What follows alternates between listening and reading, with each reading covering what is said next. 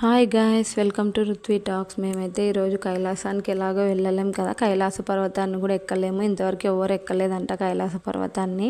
అక్కడికి ఎలాగో వెళ్ళలేమని చెప్పేసి ఇంకా కైలాస కోనకైతే వచ్చాము. మా పిల్లలు ఫస్ట్ ఆకలి వేస్తుందంటే ఫస్ట్ తినేసి ఇంకా వెళ్తున్నాము దేవుడి దర్శనం కోసమని. ఇక్కడ ఎప్పుడు సంవత్సరం అంతా వాటర్ పడుతుంటాయంట. మాకు కూడా తెలియదు ఫస్ట్లో. మా బావ వాళ్ళు ఇంకా ఇక్కడ వెళ్దామని చెప్తే ఇంకా కొద్ది రోజులే ఉంటాం కదా తిరుపతిలో అని చెప్పేసి మేము కూడా వచ్చాము. ఇంకెక్కడ చూసినా కోతులే ఉన్నాయి ఇక్కడ. ఇక్కడికి రావడం కంటే ముందే నారాయణవనం అని ఉంది, అక్కడికి వెళ్ళాము.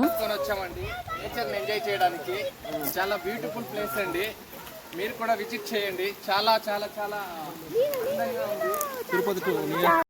అదనమాట, విన్నారా? మా బావ మాటలోనే చెప్పాడు కదా. కైలాస కోన అంటే మెయిన్ ఇక్కడ వాటర్ ఫాల్స్ చూడడానికే వస్తారు చాలా మంది. మేము కూడా వాటర్ ఫాల్స్ అనే వచ్చాము, కానీ ఇక్కడ వాటర్ ఫాల్స్లో చాలా ఔషధ గుణాలు ఉంటాయంట. అసలు ఆ నీళ్ళల్లో అంత ఉంటుందంట పవర్. మనకి ఏదైనా రోగాలు అవి ఏదైనా ఉన్నా పోతాయంట, క్రీములు అలా ఏమన్నా ఉన్నా కూడా. ఇక్కడ చూసారా శివుడి పైన నీళ్ళు ఎలా పడుతున్నాయి అభిషేకం చేసినట్లుగా. నీళ్ళ దగ్గరికి అయితే వచ్చాము కానీ భయం వేస్తుంది తడచాలంటే, ఎందుకంటే చలికాలం కదా మేము వచ్చింది, చలి వేస్తుందేమో అని. ఇంకా మా బావ అయితే ఇక్కడ ఎక్స్ప్లెయిన్ చేస్తున్నాడు, ఇక్కడ నేచర్ అంతా బాగుంది, కైలాస కోనలో కంపల్సరీ రాండి అని చెప్తున్నాడు. అందుకే వీళ్ళని పంపించాము, ముందు ఎట్లున్నాయో నీళ్ళు చూడమని చెప్పి. చల్లగా ఉంటే మేము రామని చెప్పాము. భలే నవ్వుకున్నాము. వీళ్ళ నాన్న ఫస్ట్ వెళ్ళాడు చల్లగా ఉన్నాయని చెప్పి, మళ్ళీ ఊరికల్లా కాసేపు ఉండే వస్తున్నాడు. కానీ వీళ్ళకి ఫోటోల కోసం తిప్పలు చూడండి, అక్కడ కూర్చొని ఇక్కడ కూర్చొని నీళ్ళ దగ్గర. అసలు ఇక్కడ స్టోరీ ఏంటంటే, నారాయణవనంలో అక్కడ శ్రీనివాసుడు కళ్యాణం జరిగిందంట. అక్కడి నుంచి అమ్మవారిని ఇక్కడ అప్పగింతలు ఇచ్చారంట. అక్కడ శ్రీనివాసుడు కళ్యాణానికి వచ్చిన శివుడు పార్వతి ఇక్కడికి వచ్చి స్వయాన ఆ స్వామి ఇక్కడ తపస్సు చేశాడంట కొద్ది రోజులు. ఇంకా మన వాళ్ళకి నీళ్లు కనిపిస్తే ఇలా తపస్సు ఫోజులు పెట్టడం అలవాటే అనమాట. అలా శివుడే వచ్చి ఇక్కడ తపస్సు చేశాడు కాబట్టి దీనికి కైలాస కోన అని పేరు వచ్చింది. మేము కూడా కొన్ని ఫొటోస్ తీసుకున్నాము. నీళ్ళలో ఉన్నంతసేపు ఏమనిపించలేదు, పక్కకు వస్తే చలేస్తుంది. ఇంక ఇక్కడ లింగం విషయానికి వస్తే ఆత్మలింగమే అనమాట. అగస్త్యముని పేరు వినింటారు మీరు, ఆయన ప్రతిష్ఠించాడు కాబట్టి ఇది ఆత్మలింగమే అంటారు. ఇంకా నీళ్ళ దగ్గర మన వాళ్ళు ఫొటోస్ ఇంకా ఆగలేదు, ఫోటోషూట్ జరుగుతూనే ఉంది. ఇంకా కిందికి వస్తే ఇక్కడ పుట్ట ఉంది, చాలా పురాతనమైంది అనుకుంటాను. ఈ పుట్ట కూడా చాలా పెద్దగా ఉంది. ఈ పుట్టకు రాకముందే పైనే దేవుడి గుడి ఉంటుంది, అక్కడ శివుడు పార్వతులు ఇద్దరు ఉంటారు. అక్కడ దర్శనం చేసుకున్నాక ఇక్కడ పుట్ట దగ్గరకు వచ్చి దర్శనం చేసుకుంటాం. ఇక్కడ కూడా మన పిల్లల ఆటలు మామూలు తెలిసిందే. ఇందాక మా జీవన్ మీద కోతి కూడా వచ్చింది. అందరం వచ్చాం కానీ మా మిన్నిని తీసుకొని రాలేదు. మిన్ని అంటే ఎవరో అనుకున్నారు, మా అక్క వాళ్ళు పెద్ద పాప మోక్ష. అయితే మేము మిన్ని అంటాము. ఆల్రెడీ ఇంతకుముందు ఒకసారి వచ్చారంట మా అక్క వాళ్ళు, అందుకే ఇంకా స్కూల్ ఎందుకు అని చెప్పేసి మళ్ళీ వేరే అకేషన్ కోసం కర్నూలుకి రావాలి. అప్పుడు ఇప్పుడు హాలిడేస్ ఎక్కువ అయిపోతాయని చెప్పేసి ఇంకా ఇంట్లోనే ఉంది, స్కూల్కి వెళ్ళిపోయింది.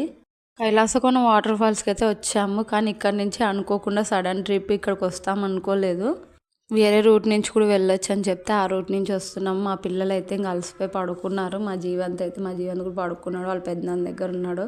ఇలాంటి చోటుకి వచ్చినప్పుడు మన ఓన్ వెహికల్ ఉంటే బాగుంటుంది కదా, ఇలా ఒక చోట కాకుండా ఇంకో చోటుకి కూడా వెళ్ళొచ్చు. ఇక్కడ వెళ్తుంటే దారిలో అందరు చాలామంది భవానీ మాల వేసుకున్న వాళ్ళే కనిపించారు.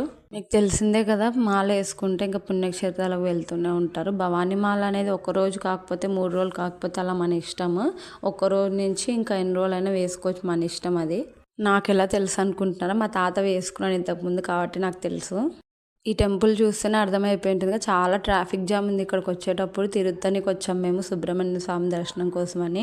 ఎందుకో తెలియదు ఇక్కడ ఎప్పుడు ట్రాఫిక్ జామ్ ఉంటుందంట, ఎందుకో చాలా మంది వస్తారు, లేకపోతే ఆ రూట్లో అలా ఉంటుందో తెలియదు. ఇక్కడికి తమిళనాడు వాళ్ళు ఎక్కువ వస్తారు, తమిళనాడు వాళ్ళు ఎక్కువ కొలుస్తారు ఈ స్వామిని.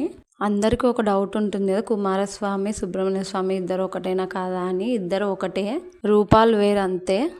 ఇక్కడ ఈ స్వామికి మొక్కుంటే ఏ కోరికైనా తీరుతుందంట. ఇక్కడికి ఎన్ని మంగళవారాలు వచ్చి దీపం పెట్టుకుంటే కోరిక నెరవేరుతుందంట. మా అక్క కూడా మొక్కుంది, పాపకు బాగాలేనప్పుడు ఇన్ని వారాలు వస్తా అని చెప్పేసి. ఇప్పటికి ఎన్ని వారాలైనా తెలియదు. ఈరోజు ఎట్లనో మంగళవారం కాదు, లేకపోతే ఫుల్ రష్ ఉంటారు. మేము కరెక్ట్ వెళ్ళినప్పుడు పాలాభిషేకం చేస్తున్నారంట దేవుడికి.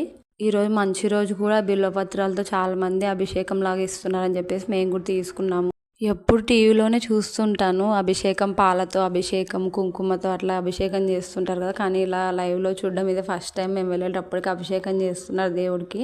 అవన్నీ చూపిలేం కదా, లోపల ఫోన్స్ అలో లేదు. ఇంక ఇక్కడ విభూది ఇస్తారు స్వామికి, అక్కడ మేము కూడా ఇస్తున్నాం విభూది. బయటికి వచ్చాక లడ్డు ప్రసాదం ఇస్తుంటారు, అక్కడ విభూది కూడా ఇస్తారంటే మనం కొనుక్కోవాలి.